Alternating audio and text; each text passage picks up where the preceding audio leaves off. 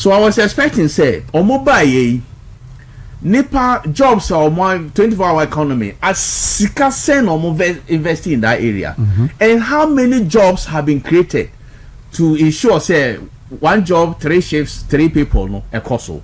And no man hunu sa asem we nyina enye say I think want to me say incarceration enye say incarcerating no because aban we person fight ko galamsey a pure targeting said in aban we ye in opposition so ba kinkina kianiki ombe tokonu as chief justice sana omoye opposition omo ba by all means ombe jele untu and there by all means the entire maker say enye galamsey na omo fighting but a target no omo target obi say ombe jele no okay say oye campaign no current president o can say oba omo ayachi omo for galamsey no obeja omo because they are the small fishes omo ma say omo ya ojuma omo nipa na omo say nsuo omo say forest wachi omo yachi omo ya jele omo no oba e also be yi omo afim na what target be for no are they on the side now criminal cases so your vicarious liability say obi a wo me why ko ye wo my legal man ya chew aya jelo so as me say the case be enti say obi person fight corruption illegal mining na some of no be you more free so that was a promise on my say omo ba omo small omo say so need galamsey small you know you be you more free na ya target the campaigns campaign me to my mind campaign no more one of the campaigns now and NPP before no more no more serious no they should all be careful campaign no more target na e chama untu look me I won't go into law no near too much Peter ma in fact when I will tell to say who say wouldn't skasa anka wo atol Lexus Land Cruiser and I say me call Lambusi and wo entitlement bibia with your Land Cruiser this layman's understanding no wo land license wo car no documents in na and I me beji your car me need license I feel cry say cry me license you see me I will read why I'm giving this. They say a say more license. Court agent say no need license. Me what license. And I mean call Lambusi. Yami pengu ana boni bi eyi abana makwa konya accident. Unfortunately na obiewu. Me am cause accident on the scene na maku obi no. The state decides say on charge me. Me na me call me ku eyi on charge me. But wo de o car e ma me no. Wo say esan ka me koji approval from DVLA. Say you can't Kasana make DVLA is in charge of it. Nanka wo koji to me e wo DVLA say wo person odi me car wo car ema me. Nanka wo ye ne sanka anka ye in charge wo. But me am call so the real crime no. Me dey ya jai me. Esa you see me. Etia Peter. Etia wo. Papa me amaya ma no. Why am I no? You sue me. Esan ka se etiawo. We enye target na deben. If really you want to fight galamsey, nepa na wo chie no on galamsey site. I was say obi concession. There's record say wa report to say ebinom wo ne concession so e say no. Yeah. Ya chi omo pen. Yeah. And the former minister came to testify. Yes. Say Sampa wa report to we e na e chi omo. And this is somebody who, if you think so, person or galamsey or saying or be kwa report all these evidence facts were before court. But almost say no. Almost say even the deputy attorney general Mahama for or say if they had not turned the people into prosecution, they will not have evidence against who to me. Are you getting the drift? Until omu use criminals no. Suspect, let me say suspect, sorry. We used to use suspects. No, in the one time crowd, no, we accused because they were charged. Yeah. Later, my attorney or more into The accused persons on charge initially, no, they then turn them into prosecution witnesses against Chairman Wontumi. You see, Oma target Wontumi, Oma jaileno. Now, Peter, let's look at Neme Koso. Guy no, nkum no. In call what testify say, ebe no na mati say okum. Okum. First name then Henry ono na Henry Okum. Oni say omo rumor omo kasa bebre say na oni license, mining license. Nti because only mining license wo koye mining won to me concession no and no part of the illegality. But look at what happened in court. Just a minute. Oh. Hey, my laptop is so. Until now, until now, Peter, yeah, not Peter, or pay, you know. If you knew so. Yeah, not Peter, or printing a. Oh, dear, my men can't. And now, Peter. Until almost beside say, or valid license, and also I minor license. How long has he gotten did he get the has been holding the mining license? Also 7 years in it. Nepal Okumu also a mining license. So if he has a mining license or mining will be concession one. So Kochi say on the workers mine or who should be responsible? Because we see with consignment no yeah a concession here want to mediate. You have left the people actually doing the so-called galamsey on the side of the hook. Now we any targeting na 11. Una ye pel nti wo mbode obi adi bia enfan ho. Enfan ho. 28 others ni na. No, enfan ho. Come baby. Me no obi call program me also they are being prosecuted. But I was asking say e wo court ben. Is it Accra or Kumasi? And I yancho omonka. Lie. Enya no kre. Is it in Kumasi or in Accra? Where? Because who to me there the Accra. Some boy say Western region. Say about the Accra. Let me be sad. But I have issues. Upon raising all these things, I also had issues with Nemekano, a legal team of Wontumi. Me court when this case started. Yeah. I have not seen a criminal case, at least in this Second Republic. Peter, who say I see Chairman Wontumi? Yeah, ben. October. Do you know the case itself started this year? The trial. The trial of this case started this year. You month ben a woman. Seventh month. And yes, sir. Oh, me who criminal case I travel with the speed of light like this case. Yes. Yeah, who criminal cases I travel in the court for more than 8 years, 5 years, 6 years. But wait there with the speed of light. But I blame the legal team. Because never be woha me send a no. If you're a lawyer, I've been me started as a court reporter. And say me court and so. Never be woha state need the bar.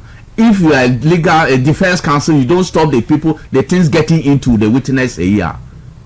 They will use it against your client. And I think that there was great disservice. Wontumi from his legal team. Me baha mama ya me kasa wunti o. Me baha I didn't say it directly. I said Wontumi needs Chairman Wontumi needs good representation in court. Peter, okay. How many times did I say this? Me say Chairman Wontumi need a good representation in court. I didn't want to say good lawyers or good defense representation because it's part of the legal process. But me can say Chairman Wontumi you say Chio yeah. At the end of it all case in the same year you know some be judgment no lawyer so wa jai case case ya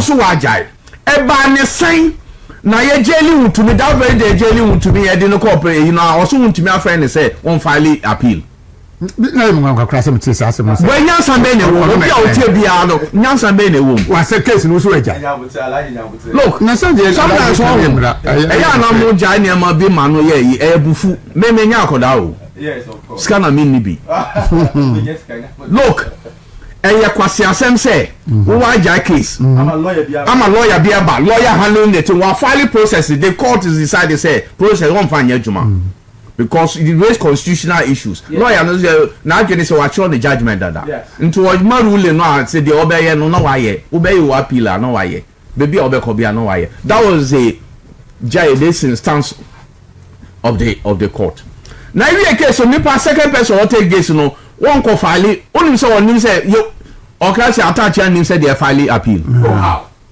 Attach has indicated say this obe file. Why would the indecent haste no ɔka sɛ wuntumi wɔ prison na ɔfrɛ no sɛ ɔnkɔ file appeal no.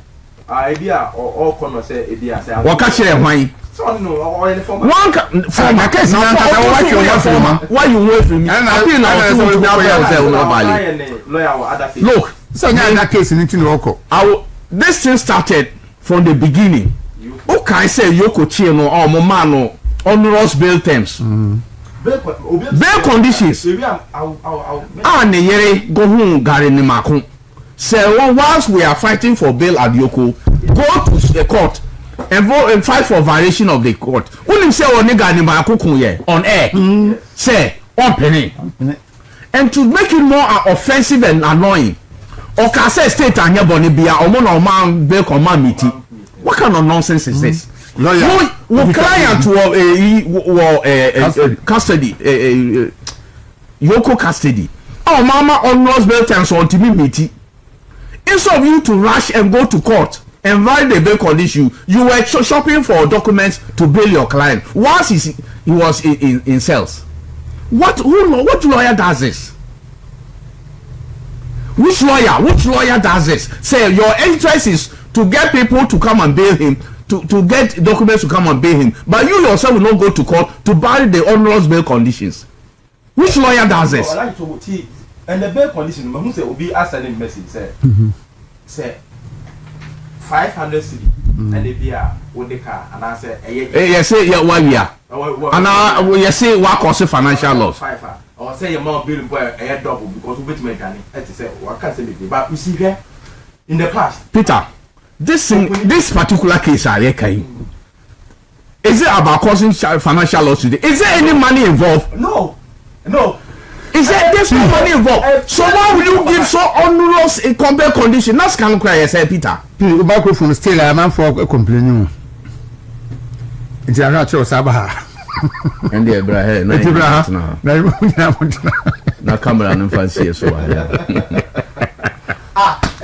will be here me. It will say no had am it will so call because this one bail condition on model client no. First of all, there's no amount quoted say what cause financial loss to the state. There's no amount.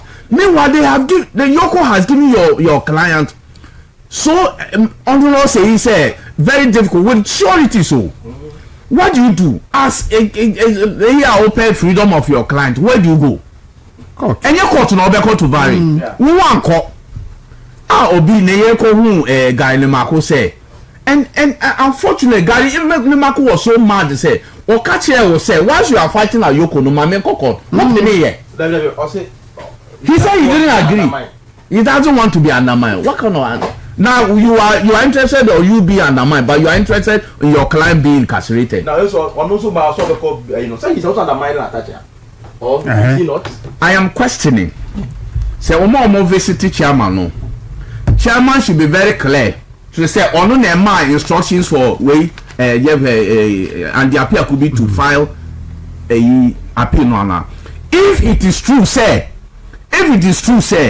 ono na ma and the appeal could be so onko file your friend saying appeal man and the chairman wutimi asa me nka wo wi ase bio me because I don't believe say obi a wa abandon at the last minute say case no wajai how come say chairman wutimi friend say onko file appeal man now we did lawyer attach as a case no handle now especially when he has come out say he has even identified about 20 flaws are obetimi alusu. But the point is that even you see lawyers now came or no did he even consult Atachi by coming out to say he was going to first one or say I understand you see what if you are young there are issues but Missing issues no ane say one jai na me one jai ma attach ya because also a case no one jai it is not appeal there o best album one jai case no me new class court no class be man class so me appeal na because so one now see what case no one jai so what trauma you see another thing no sir you see Peter got the different and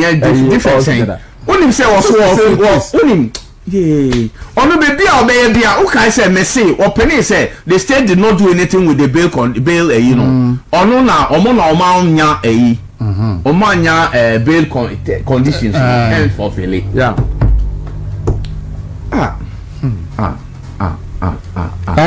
But you see but you see I would trouble say I would a small cano. I would know o charge aya na aye some way. But I think there are issues say even already judgment now, there are many places. The judge said, that prosecuting witness say A, B, C, D, unchallenged. Many, for example, Lord Judge, you said that. For example, there were Pata, Okum say, Chamawuntimi Oshiano no, or say Onkoya reclamation. Nemumun Wamanis can be into Onko, no Onko to a good DNB. No for size can be near reclamation. And a problem will come in Chuano.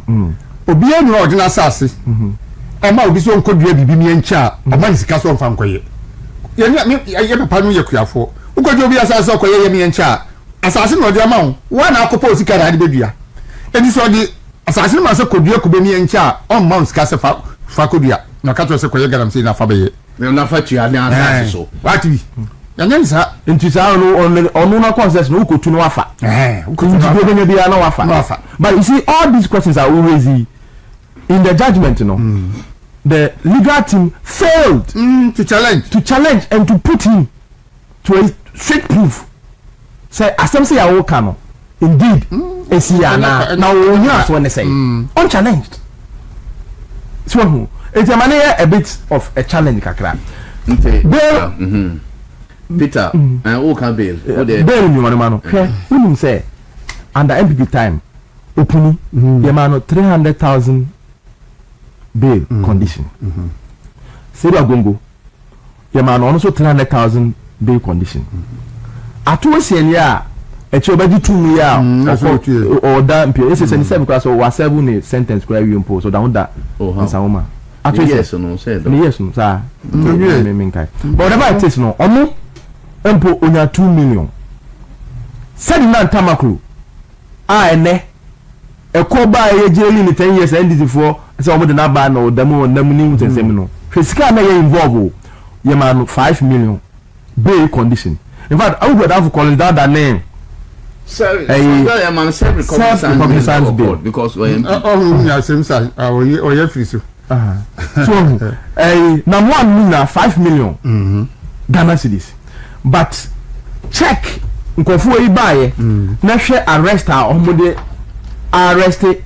NPP for na dem dey me boy me madam for SB the man over 800 million Ghana cedis be for ya no say na ji say you go talk Kumasi o okon mu ye ya o fighting ya o moteso about 650 million a day the highest 650 and last god on ma and this one so 650 million.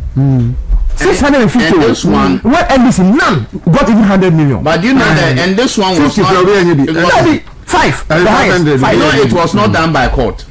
Yoko, of course. He was in Yoko custody for more than 1 month. Yes. Because. Yes. The injustice. You see, injustice. Want to make case way. You need miracles. Nisike ya mo. On one time say was about 5 million. 5.2. Ni amount 50 million. Bail condition. Hanan 78 million Ghana cedis. Everyone name 49 million. Sunday any here na 49. 49. And so the court cry say no. The calculation no asati aba say it the amount was paying 49 no 34. You see why the injustice? Now ukoko fair justice Adamus Obuchi reclamation that same similar one. Yeah. Ono de we say what fine no agent license and you can challenge him. Say, man, for the due process. Heat go face. The same. Why are they not in court? Why are you not seeking to jail them too? Peter, CAJ and Alaska. to wind it up, Chairman, I think chairman's legal, the new legal team, not the old one. The new legal team not to start the process. We start check criminal lawyers to say lawyer boy. They have found a lot of loopholes in the judgment of the court, even the conduct of Untumi's lawyers. There were a lot of loopholes. Lawyer Samuel Atachian betumi use for appeal. But you see, I hope and pray that processes will be a better to the extent say a better fair to Untumi. Yeah. Because if we have this mindset, I hope the legal this system would not be fixated to say that Chianeke once our executive mean say Untumi prosecute whether Untumi legal team the evidence bar to take him out of prison, whether it is good for Untumi to be out of prison or not, whether it is good or not, we are bent on keeping in prison. The American say to conclude, we are say yes, we are a year, we are Bonia. Ethiopia. One day, one year, Bonnie or baby ya tia or no, a person the oye tia obi. Until we are say, Untumi, me have always say what I told a Justice Tukono, say, even if the system doesn't give her justice, Yankupon be man justice, and check. If this system doesn't give Chairman Untumi justice, Nyankopon be ma Chairman to me justice enche the idea made the beja case we no. Okay, Alaji Edward give you why now the toast no sabre bi fatu so nsa Peter Munchiri mu mayin give you the toast no case is a running story. Yes, it's a running story. This story because me I know I am not happy with the legal Gideon, the only two so me say sa fatu so my why na ehwede na so asem nyina na eka wo yes na ye ho ma me ehwe Untumi conviction. Our prosecution witnesses avoided custodial sentences because they utilized our plea bargaining law. Justice Remsai replies. So what is the plea bargaining law? Say obimba beftas oh, dance ni man. It's nyao. Because someone say, "Mama, dear dance, I'm a dumbetum." Enti dance no. Then I just dance na no correct. Asem no. Enti you what? We dance kumo. Yes. And I make no. Is that me? I started by saying, "And dance, Papa." Oh no, I target you. So yeah, we are there, Bejelo. That's what happened. No, you imagine. Me say, "You dey Chairman Untumi asem we be that's bre." Chairman Untumi onye saint. We are not saying say ebia so I boni bia na say abanyo obi you can but in na so we omri na kwakotumi dey sebi when there are many examples say NDC so mo pese o mo fight galamsey any kenasibenum if they indeed omo committed to fighting galamsey uko Amenfi East MC. Why are you worrying yourself? Me say this system government is not interested in fighting galamsey. They are interested in targeting people. Man, many are paying your mama. One can say he's aware his own people are in galamsey. Yes, he said that. So what is this? Don't read anything. At the end, say conclusion say they are not interested in fighting galamsey. They are interested in targeting people who they perceive to be doing galamsey. But and yet fair when chiefs have accused our women traditional council, they've accused the MMP. So yeah, galamsey. He has not even been invited by the CID or Yoko. So or the many petitions, many people, MCs. They have not even been invited. So they are not. NDC will not be in power forever. Say na crime no say what any expiry date. Yamin Abanga. Where is the Yoko report? But you see, I tell you every fair or matter. Why you grandma? it was deliberate. If Yamin ne Abanga to go to like this, they will question the jurisdiction of authority of Yoko. Yes, I agree. But the point say Yoko is not Encounter mandate to fighting of Galamsey. Because unless Ebia Galamsey, one ya Galamsey money be now there. Money laundering in Yama. But to say Obi Galamsey, the right place is to send them to CID. And so the first place no but Yoko should issue because say you say because only general now refer to Yoko doesn't he know only so asheda and but what kind of attorney general letter now to come Yoko now or see credible evidence actually say these two are involved in illegal mining credible I want their CID I know from my CID now to come Yoko now over a year now as attorney general or fair 15th July 2025 and some you better charge it. In fact, the reason why it's even referred, I don't even understand why Yoko should be the place. You to me say was it not CID that? CID now we charge market charging. CID. And investigate now Yoko they are not there then. And exim. That's a different matter. That's exim. Because Attorney General knows to say Yoko doesn't handle with Galamsey matter. Yes. So why would he write a letter referring him to a? And I'm saying, so why is Yoko also quiet? Yoko will not be quiet because no any man. So they should issue a statement and they should come out and say maybe Yamin Yoko know all of them under attorney general. Now would you think that attorney general doesn't know any settings? Young Quasampo. Auntie, I was for I am moving television. My name is Unim. This mandate. Unim say Chi Enya Unim say Chi Enya Gordon. Yes. OSP. Yeah. Yakoya say missing formation any nema. Yes. Me koya no more mission reception hall. Yeah. You know, investigator now obey interrogate Gordon no. Only now me read your movement was where? No, where in your mandate does it include misinformation that you should arrest somebody for misinformation? Where? Me call maybe I didn't know me cast me call me crown me interrogate me. Because I asked them, where is your mandate? You OSP, your mandate is clearly stated, say corruption related offenses. Misinformation can see case no. Just say woman no Ghana no say yen nimra no ntino mo omu nimra no sade mra no sisi yi. Because that's my can. Ukoka omo so wonye lawyer. Meanwhile sometimes lawyer no omo kan no nyansa bi ani. Law no omo kan no. Nyansa bi ani. All right. Ebusiafo na nsan na yenyi baomia de free man san. Yo yenyi baomia de free.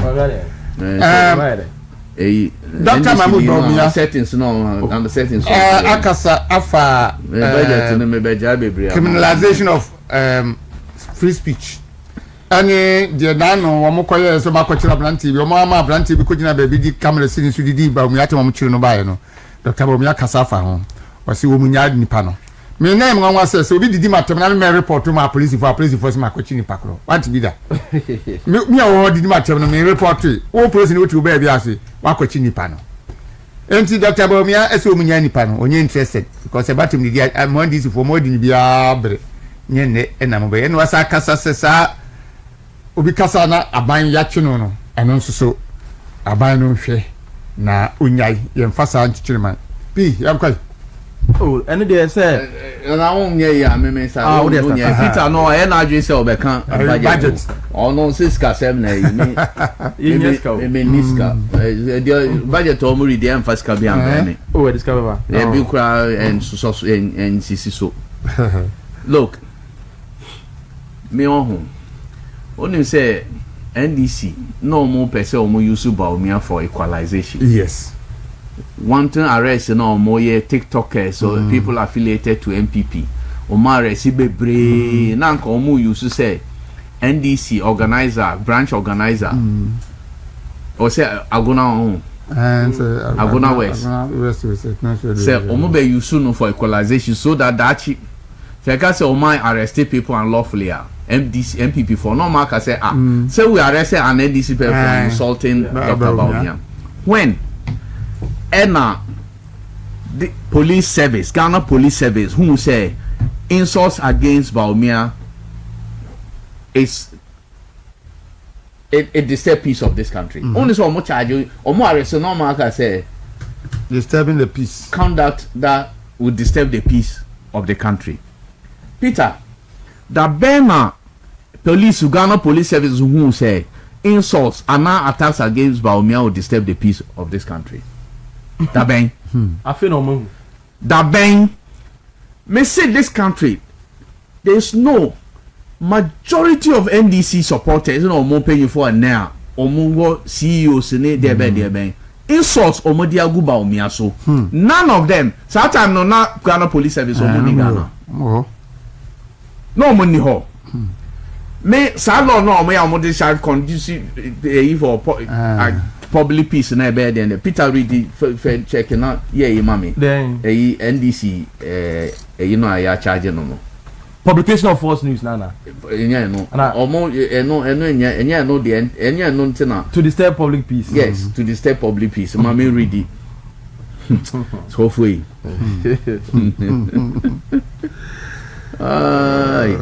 Almost say the conduct no by insulting Dr. Mahmoud Bawumia.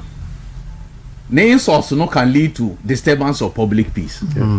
Peter, and I'm beside that bang and who say that way baby.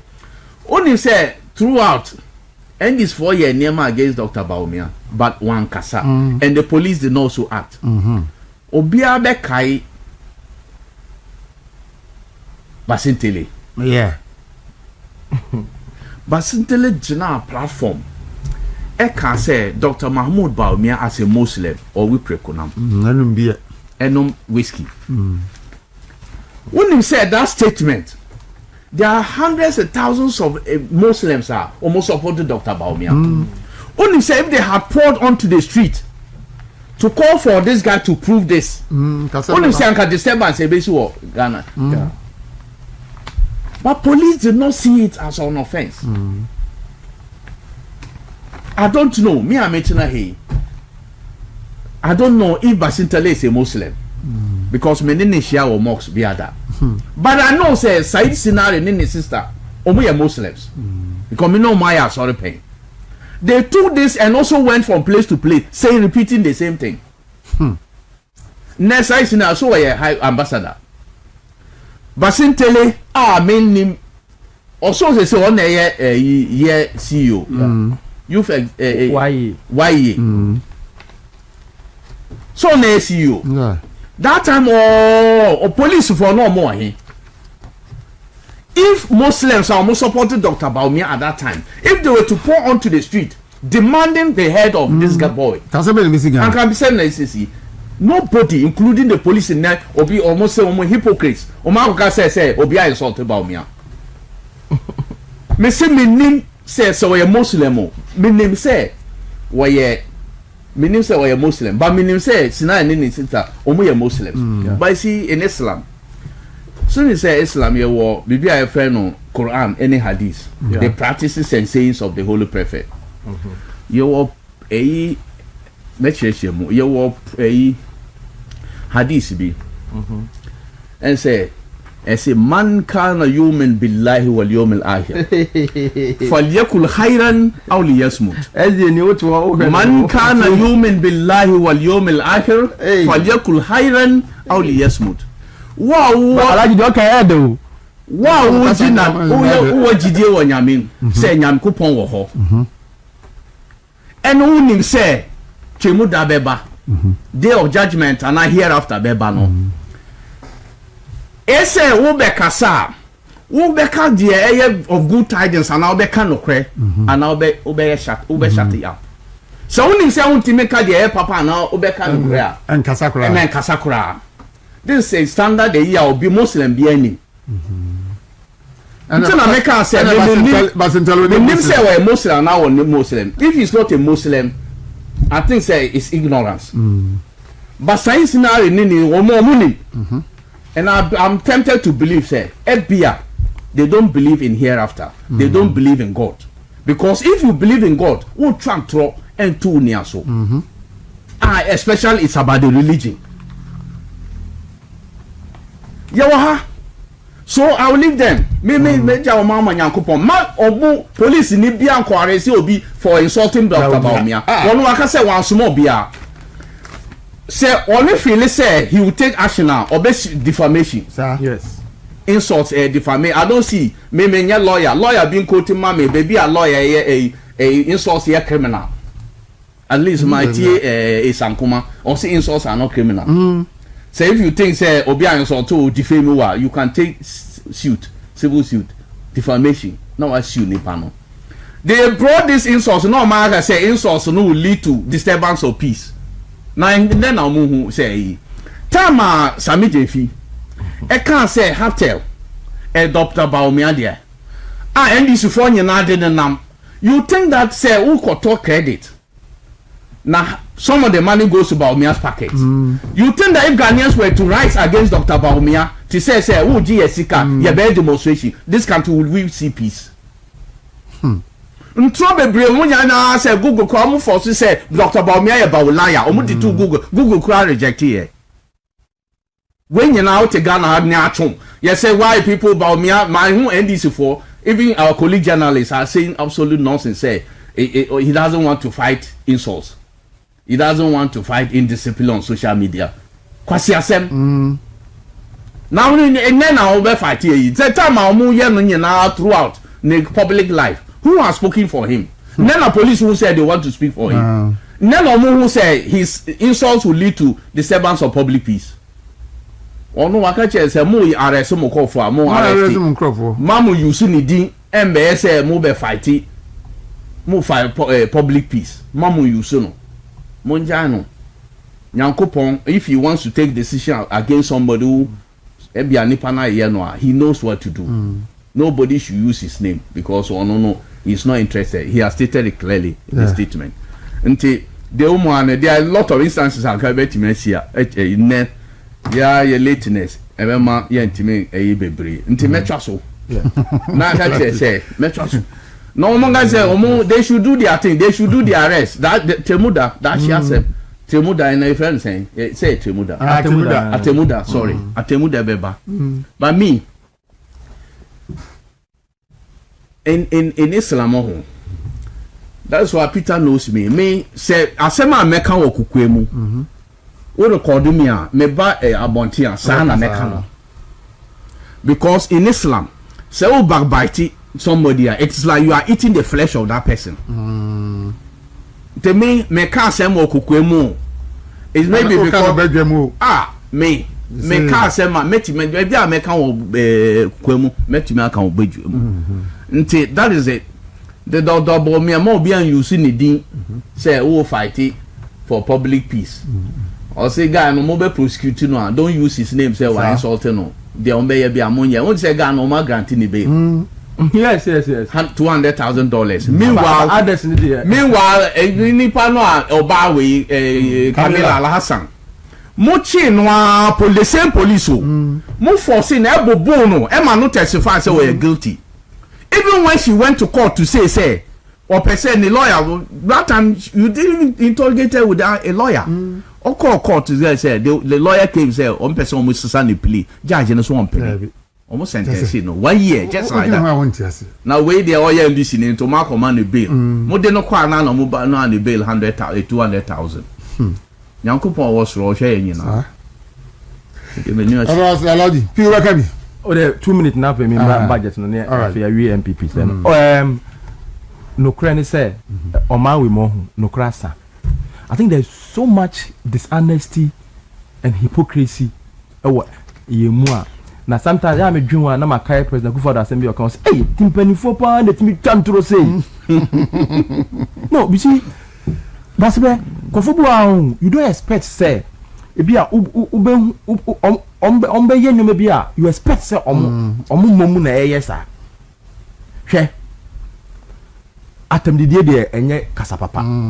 but yeah me taka say culturally cramp no and it's on Ghanaian so be who say obi edidi obi atem and how cassette ya penny I know social media so no yes because NDC for no yes yeah and afiati man for so atiesimu yeah that's why una call SD I'm say efficient 46 and 64 or see the one no way ja cramp ni yan catch you sir wo na wokɔ SGA enya wo na wokɔ SGA na say we jaya na nyare sa wo twi ne nya men correct wo na wokɔ SGA enya wo na wokɔ SGA alaji wo na ko fo say o mini das be nyan topa ase wo ya ba ko ba we nya sempia das be nukra ampo no famity na so papa wo kwa ko boto ko twi ama o say das be alaji twi me twi ya o tire sa no pa o be bi aso so me nya sem a twi ne Bebeli na show. Bebeli na show akani twi no. But that's better I didn't say obi a wanyi ni chen kura no. So kasa na say o kasa tia no. Kwan bi su kura bona. No kasa tia o maame no oba. Yes. No me etara echiri. When say I go don say must tell you Muslim. I say confirmed. And so bisa. Sa. Okay, me hu no me no ye asori. And na onim ai alaji asam no. O say the friend say menye hadith popular hadith o pese me recite no the pa you na edu base na wa recite am me okay me the na me sua but that's it me say it is on Ghanaian so be ye mpanimfo yeah but ene abaye ene start say ba na enye no enye the police were quiet edu baby so if on take action you start from somewhere yes. What I say? You don't go after one group. Now when you so that actually now I say see we no more so. Now even share nipa no mkoche no hwe be ofiri. Are you saying say ekroma? NDC for penimfo bi anya krom ha. Oh no, me kan Accra. So when I'm talking about sir we go find Aguna, but I'm saying Accra. Yes. And Krahano. Okay. There are a lot of people who are still insulting and insulting elders. Insulting Akufo-Addo every day, insulting Dr. Baumia, insulting plenty people happening every day.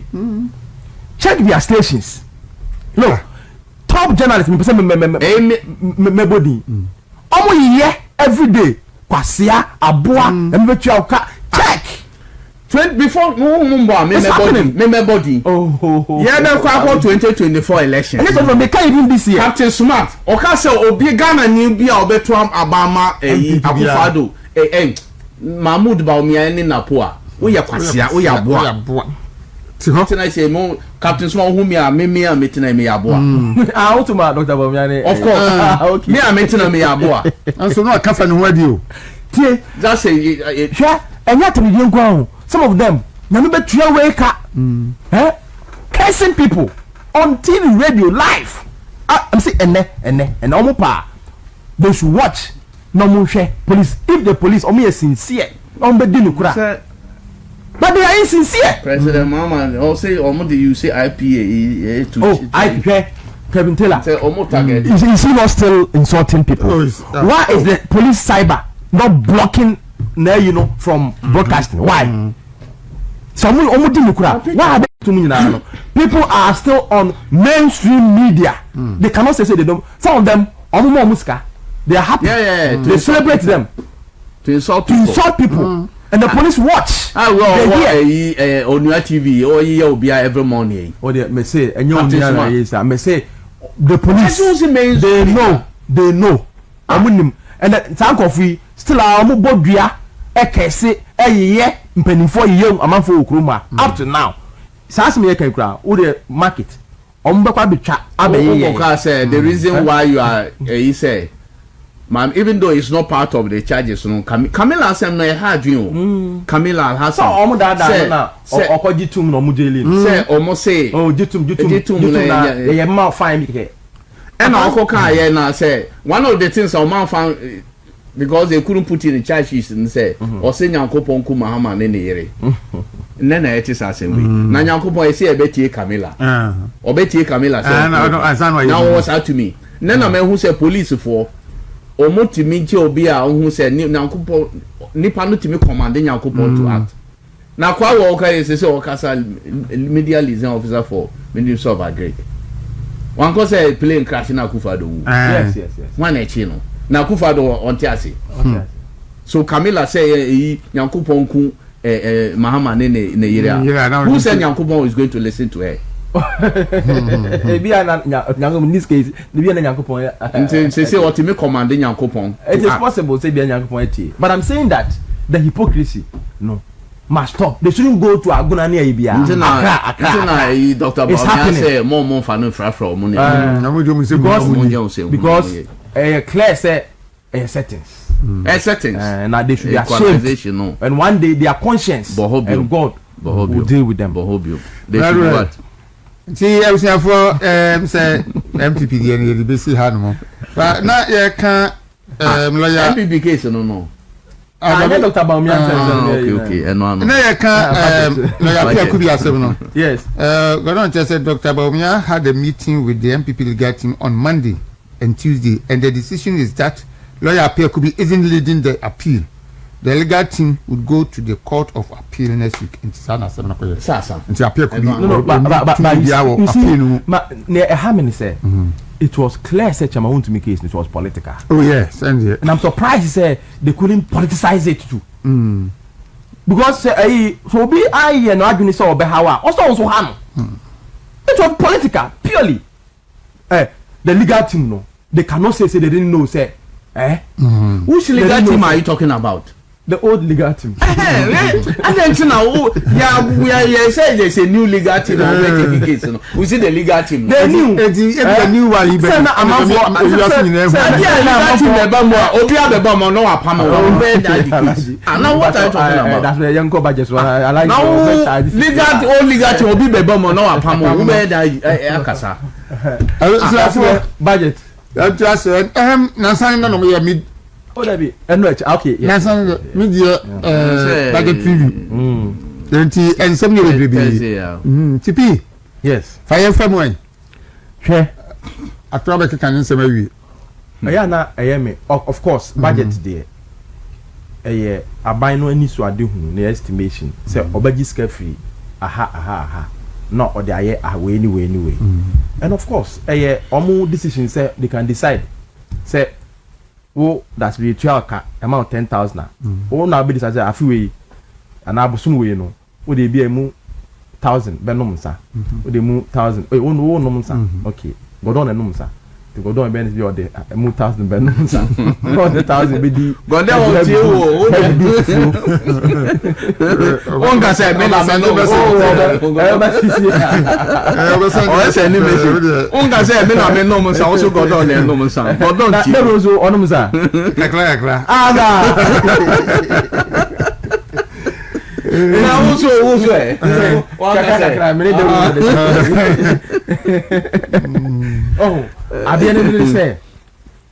Aban na be kire say ni priority or the sikaba akosha.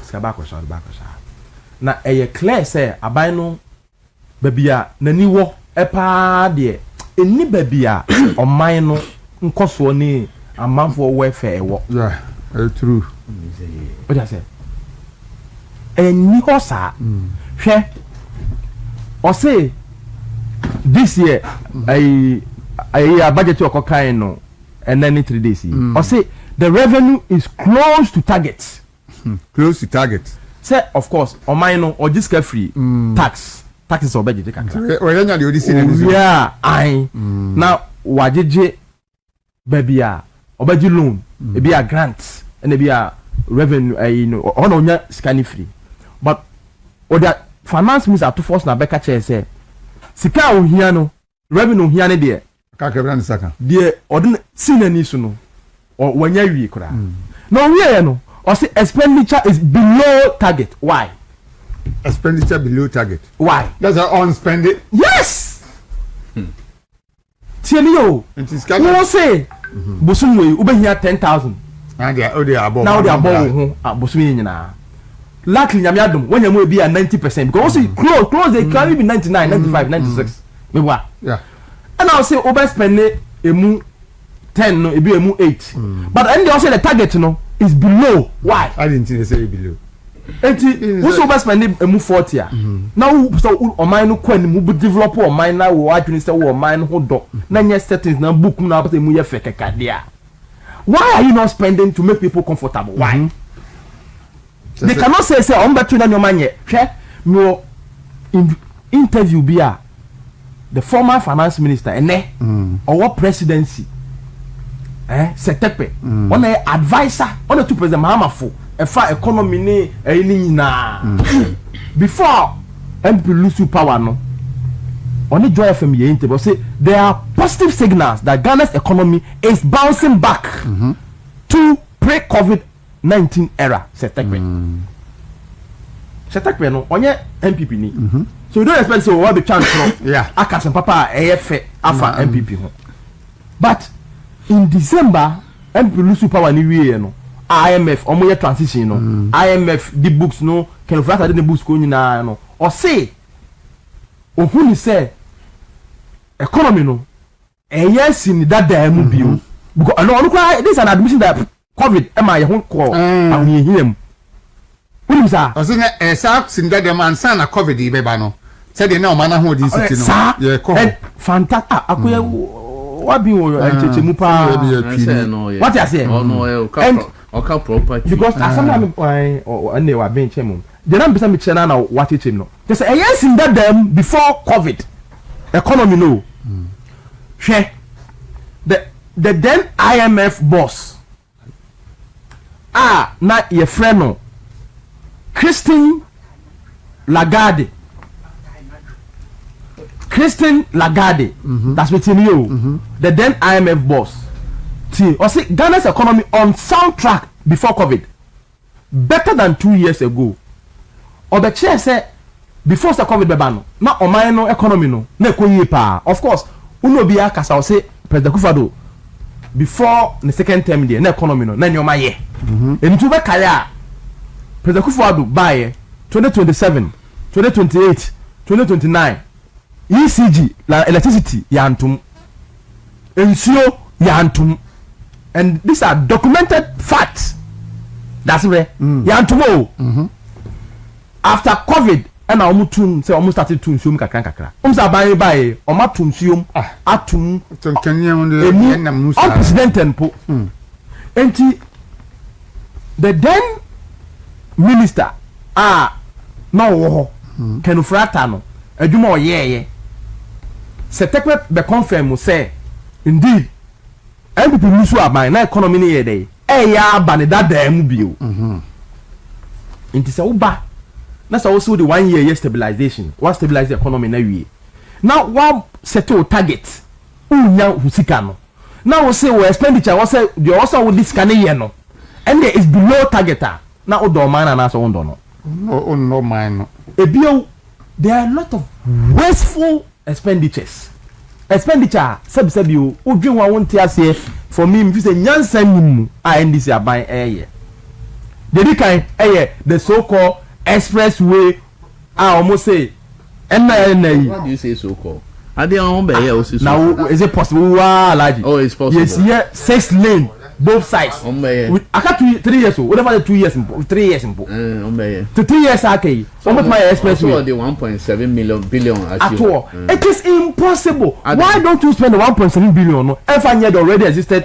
tema Accra Kumasi road ema enye me dey just say enye impossible and na make say enye impossible oh it is not Mr. Alaji NDC cannot use 3 years enkoye Kumasi 6 lane Accra 6 lane back and forth and means see that so omo the China for neighbor so omo the omo adwuma night there Alaji 3 years yes wabra Kumasi kwan anwe ne se so you spending hours why are you not spending that money 1.7 scan that hole why you not adam fan ko ye am for wen wen han it's all not Ghana for no me say ho me kakra bi na ma me 5 minutes na me the professor body ntwetwe nkomo kakra okay na iwia na sai abamoso prof eba to mo che eba movement television so yo amiya ejoso etamia no studio yo munya so joso we dey branding ti ya help na nsane na no mo ba redi ni ye budget no nse ba na wahwe mu akosi uhu ni sen ebeboa ana se aye adedada no adabia enemu no bi Yo, me da se I'm say budget media budget adia eye say ikai de ma on that family ministry na no on kan ko yejuma ina apply na online intermediate no eba also ku akonta na o che sika na o de koye yo de koye Debi okoye no sika no revenue no anso so saba na kato sa mo diwa mi se fan kon na anso nti mo sa ba din ka kuma ano no ba as a revised budget ana se sika mo ka se me fanye adwuma no because adwuma na boso ana ta kofo eno na dia media budget ba ebe amaye na ni me tie by the minister no from the minister say few days ago on Friday. Now, again, me can na me chair say yes on economic data here. Yeah, from our buying say impressive. You send the bread to a cash economic data now. When I sound on tea, very understanding, and they can a mid-year at a review. Yeah, from all say yes, all more on finance because it was inflation apart from exchange apart from many indicators. You who say I improve it. Now your whole side become great, but then the many mark point a pound for so I will and you money now. Then you also say a channel to say yeah, economic data and your dad must example. It's to say them. The economic data is going yes, impressive. Any young casa that there was it. Sorry, I need the same. Now, I didn't have Jane say, revenues are buying cars opinion now. My casa, and yet say, so bear comparison. Now, would be a year, any half year, a comparison. That's a 1 year first to the first. I was all the half year, any half year, yeah, more content. Not the CNA, not the info. Some of this Canada. Look show 2025. Media year June now. Not a total media year June yeah. I want not to be sincere them. I buying all the indicators revenue inside the yano. But who anyone or what you do? Revenue I want to achieve back.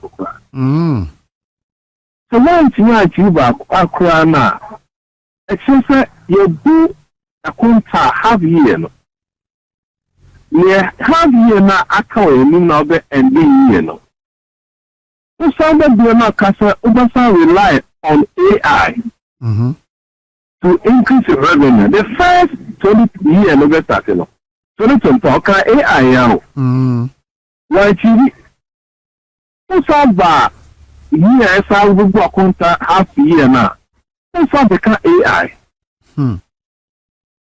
When can say 2017, 2018, there was Sika also on mine in Kuchia. Sika no pay Ofano, India Buma, 111 billion, 111 billion. First case there was in Kuchia. And so you do a quarter now revenue. She shall do to now and Kunya. And say you are so good. Now, I did also a sentence to plan say, far impressive growth for economy, GDP, interest rate, inflation. You know, no saying it needs to start and my employment figure no for anyone. And you pass saying as I be employment figures in I'm no Juma. I maybe because I'm confused. Over the Juma, it's as a sign you may call Sunti. And then you sign for so if you start the buy. It's because I have a power for expenditure. For expenditure, no, you cut it. It's excessive. All my idea, so I say, I think so. You also spend, you spend this up. na bo nika say you can choose say you kasa what cut expenditure and chef improvement in your friends say parameters that because you can if you spend it. Yeah. It will be work of Naka say no say mo say that's one spend it.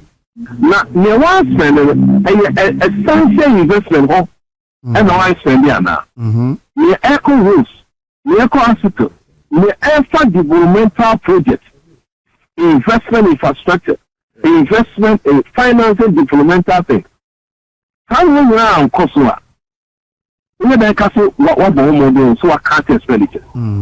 But some castle uchia workers ka, uchia salaries, uchia debt, a car no a daho de biasi uchia. The abundance so is the ability of the government to sponsor infrastructure, ability of the government to finance developmental projects. You have to say, you are fine. And then also, a quick to you say, so I spend there, on share they do go spend the first kind of year. Because open banker, no bar central banks are buying the kind of net domestic borrowing. I feel child money, I feel money. I buy no Bobby Sales or banks. Bobby Sales or banker, and the financing the salaries. Anyone really, sir. And then the companies, institutions, across also compare Scandinavia. Because we also borrow we don't borrow money. Yet domestically, you are borrowing money. And then the human and your business can be available. If you do say, I buy, make us next idea, you want to address the camera. You must transform your life, your daily life. Akadaka. Okay. Now also no say na a hard currency applying say or the schedule community of finance. Yeah. Ministry of finance the community of agric. Yeah. Abayina campus of show say that 1.5 now the man or the call here and now our plus as you know what you want here. Science can send the call here. It's a new appropriation. Okay. It's in there. On mine, you said that we did on mine, I'll say, yeah, why any abona basso? Yeah, uncle you also see only you. No activity on my actual. All right. Well, Prof, you better ask young sound briefy, you better ask Papa. I like you, Peter, so much. Oh, we know, without all right, I'm sure. And so for Professor Isaac Boadi, UPSC, or no, and I don't know, actually, come on and pay Nanka Soba. And so, you man, Corona be the Nukopi baby, and it's in a mountain, Yama, not to Chunkoboka Crano. Pete, was then I make and Prof. Akasa, you cried in a car. And say, but just some small points, I'm saying, say, o say unhia 1,000 unsaka ni nyina and now say 1,000 no be spending mu ebia 500 why are you not spending the 500 now what's a home and say my yard say man say why yard so o person wo di umai na abro because o trans will say yeah afi me hia sika we e dia ye we and the say no dia o me fanya de program se me de be ye no e na sika kaka wanya no so a o so wo de ye you know o de be ye the so called expenditure so that obey no so a wo de sheshe baby a sabi ehun hia kumasi kwan anwen ni senda a month for baby di 8 hours 9 hours we me dwi kwai mu ayi plan foforo and we ska there also what they ato adawa ehome na month for obere does it make sense share the so called 24-hour markets also will see and the ehun sika ye ready also assemblies ni sika eda ho a month for nya dwuma nye who promises oba obey 133 adwuma ba ko npa miensa na beye in 3 shifts na se sika da ho na da assemblies wa o so mfa nko ti si anajo abra so the place market ni ko bi wo ho dada is no any market no can also create jobs o pesa o de ma amanfo that's o pesa amanfo ho kire o amanfo e de bre you are not committed to the welfare of the people show or say onya sika foforo because o kind na ni speech na afi na would cry chem say full budget no e wo baby into onya sika because o sika e wo ho no da ho o fanya said the home fanya into this sika foforo even the expenditure I wouldn't know draw my attention cry say apparently most of the expenditure also why any cry mainly on salaries in am for any day start to we and not the whole now we say unya sika fufuro bia o kai say last year sa no be ka kire anche no be introduce dumso levy yeah okay yeah na sa dumso levy no a revenue ananya revenue a revenue kesi pa nti wo be ka kire say unya revenue bi o nti unya additional money now only the year now only any that yes all by year 2026 budget and so okay also you is not requesting for more money bia ne sika o ye dia unim say we introduce a levy our airport yes okay 2026 budget now say Mr. Speaker paragraph 358 Ghana Airport Company Limited will introduce an airport development fee to rehabilitate Sunyani Airport, construct a new airport at Bogatanga, build a multi-purpose car park and a connecting concourse between Terminal 2 and 3 at the Kotoka International Airport. Now we any revenue, any tax. But look, I say you are not adding more tax. Only any this levy, all boss, you know, it's been increased. Yeah. It's all about say, more money or more tax. You are not introducing tax. Only any some way somehow. Ufa kwa bi say dey exit tax through airport levy. We are also going to do so levy now original. 1 cedi on 1 liter. Per liter. That is 2 to 1 gallon. You have 4 1 cedi 50 pesos. 4 cedis 50 pesos also. You have 2 gallon be 4 cedis 50 pesos. Can you imagine? Now we are say we are introducing new tax. Now we hear additional money. Only any ye. All boss was say DDEP na a bond na Kemfurata ni NPP for year. Aha or mine ama akodum pempen so say next year we will hear more money to pay a bond holders. No we entia NPP yes it is as if I say because say NPP mortgaged tomorrow for today and it is sad. And now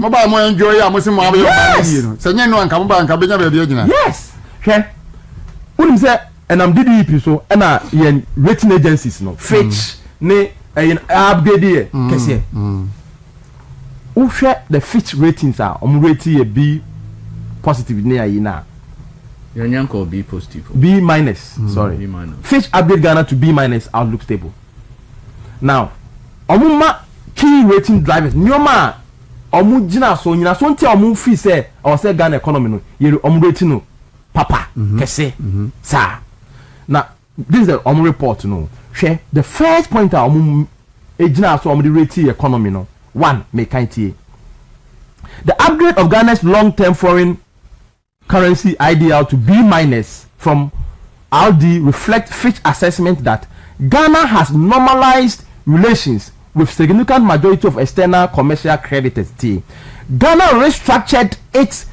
$13.1 billion Eurobonds in October 2024. October 2024, I buy no power. NPP. Now, when restructured the 13.1 billion NPP for. In say, and then omujina no so because economy na ye ya. NPP for na na. Enya no nko T. Debt restructuring near Ghana ratified the memorandum of understanding on the restructuring of its bilateral official debt in January 2025, covering 5.1 billion of the 2.6 billion of external debt that still needs to be restructured. Almost early January, and almost a restructure about 5.1 billion US dollars. Sa breno na finance minister na ye T. Ebio almost say consistent with Ghana's record till the primary fiscal deficit commitment widened to 3.9% of GDP in 2024 and 0.2 in 2023. against a target of 0.5 surplus, consistent with Ghana's record of large physical slippages in election years. Abame no one sabre no. NPP. In so much now we so, and they even talked about inflation, falling debts, any inflation decline. Say strong nominal GDP growth, fiscal consolidation, remaining debt restructuring, and much larger than anticipated exchange rate appreciation in recent months will contributed to the public debt falling to 60% of GDP in 2025. Nti say adwuma President Akufo-Addo ni na ba ye ni nyina no and the contribute to my GDP debt eba from 2025. Good. Thank you. Oh, train. Oh, me a class. You can't santi. You can't train. That's the trouble. Maybe it's ana alaja ba. Alaji kwa no oka Dr. Bawumia. Nso say Dr. Bawumia nti oka ni nyina no say one kan. What I say? So economy na the Fitch ratings they say enyina so mu gina so dey upgrade the economy no is mainly adwuma NPP for year. Nti wo bon wasama ne say why adwuma e bin si da. Say eno na obetua kai da nanim wo ka say ya mortgage Ghana for you. Say fe na obetua. Yes. And when you be your actual skills. Now o kan budget o ko bi o titi. O say you cannot blame economic recovery solely on DDEP. But the meaning of me call early, mo na mo call Montessori. Me call early. Sir. That's call early. Also call early. Oh, Montessori and God on here. But at least meanwhile also me protect you no from your marauding attacks. What they are saying is men can't send me. Who can't send Tiano? Who can't send Tiano? I will protest. Or say, Obi or no, Chester NPP about DDEP no. Or say you cannot blame economic recovery solely on DDEP. It means that DDEP also contributed, and I'm a yeah. Yes. Me mental bravo. Or say you cannot blame DDEP solely. It means that DDEP was a factor. Yeah. And the finance minister at one breath saying, say, 1 year DDEP, blah blah blah. But in another, you are saying, say, you cannot blame them alone because we know better. Say, oh no, na buy no. What taking measures via abwa. I'm economy na ye. Ebini sa settings are governor na ye no. No 1 year to my chief press conference. President Mahama be in it. So ampa economy no mo pompe. And say obeji atum. In fact, the governor should have even been invited by the police for lying. Yes. Now president I can't say they were not pumping. It was no. Initially, president said that. No, but governor said they were not pumping. But governor, now you want to statement they were pumping. Now, we will say Oma introduce value for money office. Now, value for money office is bad. Yeah, last year, December, you must say January, also almost set it. Meanwhile, what kind procurement act and crack copy wa ha? Value for money audit office. They say procurement it talks about due diligence. And pricing. It's in. If you could create an office, any procurement the same.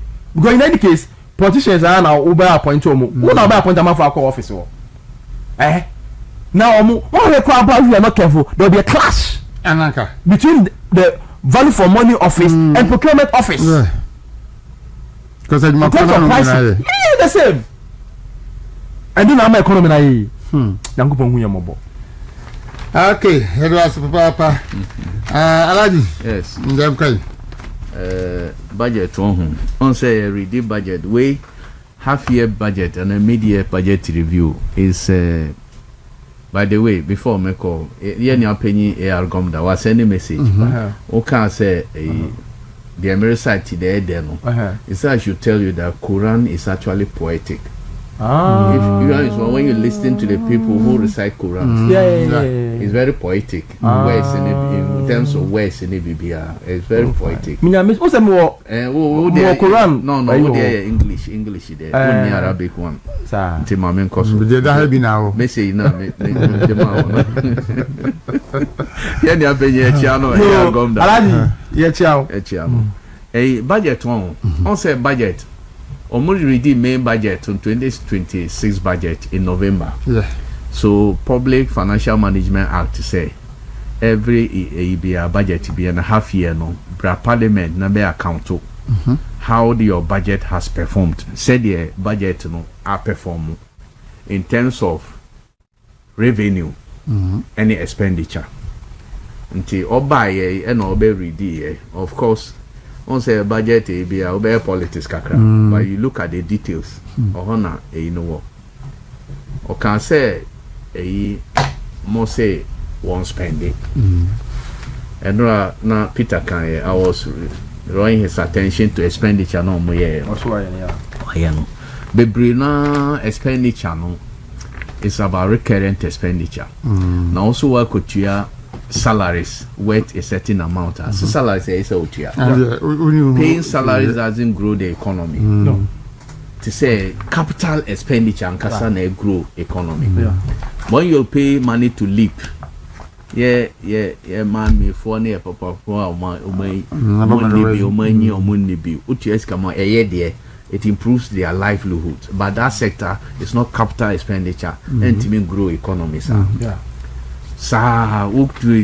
Common fund a statutory payment and the is out your law necessary a get fund law situation say also a get a health insurance law situation say health insurance can call much be about 1.1 earlier Mahama case into one person kinchina omonya social intervention be say Mahama on signature any but more if you say beka almost say Mahama case no is just from health insurance. Scanocraft health insurance can be na etiamo. So in all no, and all kind na me who say I was looking at NDC omo main near do omo ba power. Omo ba say omo be 24-hour economy. Yeah. Na me say how much has been invested in 24-hour economy. Omo ba say omo be Codex program, 1 million Codex program. How much has been invested in the program and how many people have been given education, coding, have been taken through the skills. Omuka so ombe ejumawura. Ejumawura almost ombe disika every year be 10,000 people. Ye discover mount say koye o sanu ejuma na I can say. Yeah, how sanu ejuma. Sanu ejuma fakoye. I was looking at and I say they also say big push. Big push. How much big push? Initially almost say $10 billion. So half they say almost by 2 years. So it means that they would have spent about $5 billion. Yeah. By the end of this year, even though you cannot say it until year 9 end. But what they have allocated for it. Payment also a year and the big push in a 5.6 billion cedis. So far half year. So say second year ebia maintain ka say omuntimen ye but ebia certificates na buy. So look year na end I be who how much they have spent in big push. But let me come to 24-hour economy. 24-hour economy no the promise no let's no Ghanaian let NDC the government and many opinion Mahama buying more NDC be ye nyina wo ha campaign mo ye any adverse mo ye nyina ne say juma baako nipa miensa shift miensa. That is all about 24-hour campaign mo dey. First of all, make grow economy. No mo dey aye juma baako nipa miensa 3 shifts. So I was expecting say omo buy nipa jobs or more 24-hour economy as sika sen omo invest in that area. And how many jobs have been created to ensure say 1 job 3 shifts 3 people no ekoso. And no men hunu sa the me who say I didn't see this money because 24-hour economy no almost say they will need about $4 billion to implement it in total, and our buying back contribute to $300 to $400 million as or more counterpart funding. Now the rest is now from private sector. And all about 24-hour economy, no, or say about Peter figure no name on your head about 100 and something fuel stations. 24-hour economy. About boy, I say ni private sector must signing up to 24-hour economy or both figure no because my laptop I call off this year. And can me read that figure. To laptop to papa. Oh, wait, they say charging now. A new laptop. Peter, don't distract me. I was watching, looking, say, Nipana stations or boy, it doesn't mean anything. So we have 24-hour economy. It doesn't mean anything. Because every fuel station, no, 24-hour Accra. Then from higher. Oko Achimota, Shell, Omodia, Emilia, they went into San or Motier. So when you say 24-hour economy, their incentives are those stations will apply to benefit incentives on their manner. But that doesn't mean they will take extra workers because already they are doing it. What you are saying? Because they are only enjoying the incentives also with the more. Because 24-hour economy, the aim is to increase jobs. Create jobs. Create jobs. But what for be already or signing on to? You are only giving money. Maybe I say be who the sika private company free. Because Nepal no the 24-hour economy already. And I will say or signing on to fuel stations. Up to now, baby, I am tough when the cars and found only say you see them operating. No, I you. I can say 24-hour case of demand and supply. It didn't create anything. No, I mean, I said those two stations are more educated. How many new workers now are? I don't know some choices. What you say? Yes. Okay, boss said Nipa so me signing or private sector so me signing on to. Signing on to doesn't mean that they have actually brought the money.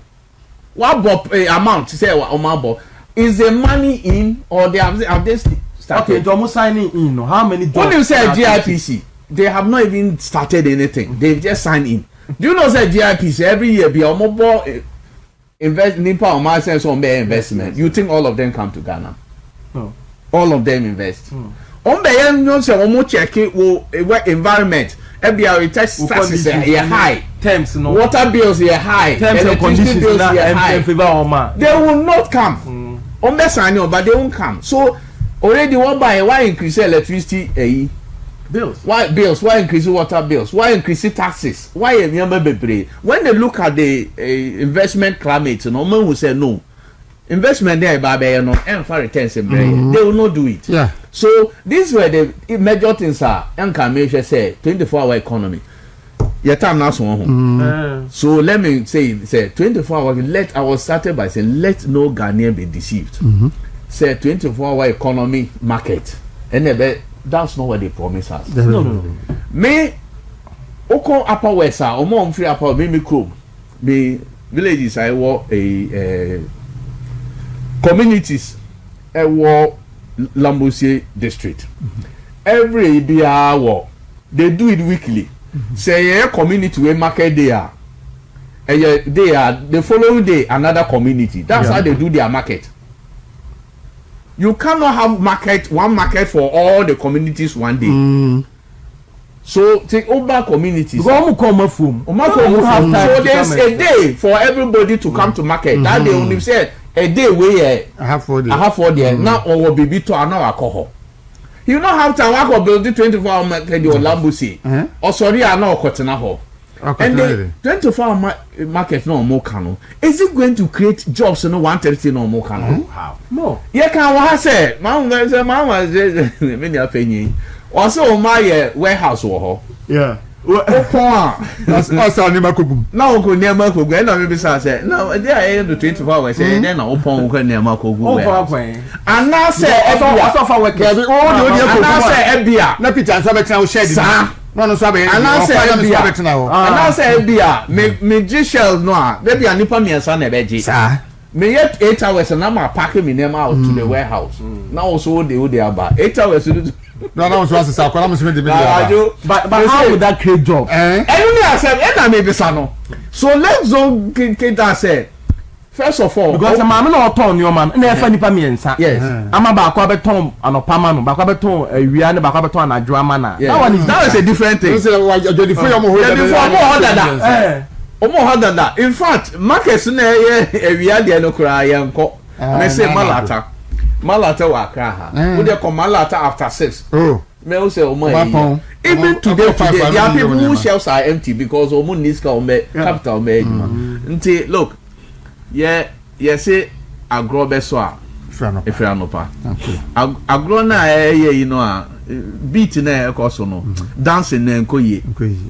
Dancing no enkoye. Beat na omo bono. But Ghana for ye nyina ehwe say almost say this is just 1.5 years. They have 2.5 years more to go. We hope and pray. Say nyama be but if they want to know the true economy, many madam for pa say they will be reading a budget or call market. Eko bisa amount for omoniama or more pressure any nyama now also the or input into the budget. I don't know whether media will come back to the market to find out whether say after 6 months of my budget implementation or have you seen changes? Meaning say well yes I there. Okay. Say omobeka no kra chair no dey FM. Okay. And come back chair no. All right. Figures no dey because there is no time no and can remember discrepancy say what figures more. Because who share you know agree. I'm interested in agree because me na me papa a commercial farmer. No do a broker enough. And so no who almost say na want to aso. Na me so capital no name. Oh na me so. Me papa we na me work primary. Because to aso never share papa and in farming there in fact I'm doing small through my senior brother. Yeah I mean farming there I'm still interested. Mayor commercial farming. Nyame mama ska. Look, figures almost ma the deputy ka say ma Minister of Agric. 1.6 billion. Yeah. And now they protested say enye no credit. And now ni own statement already and no say 1.1. Okay. And now minority that sorry say now one who confuse you all need the deputy term. We deputy so ama 1.6 also reading well already as say 1.1. And now majority sorry my leader sorry say 1.6 now so 500 million be omo dia farmer services centers. O de kan 1.6 enra na me hu say sana yes o ma create escrow account bi e wo Bank of Ghana Peter and o mo task kan ko to ho so task kan anko Minister of Agric account extra account o de obi o sika ko to account me na o so Peter say we Minister of Agric o be penny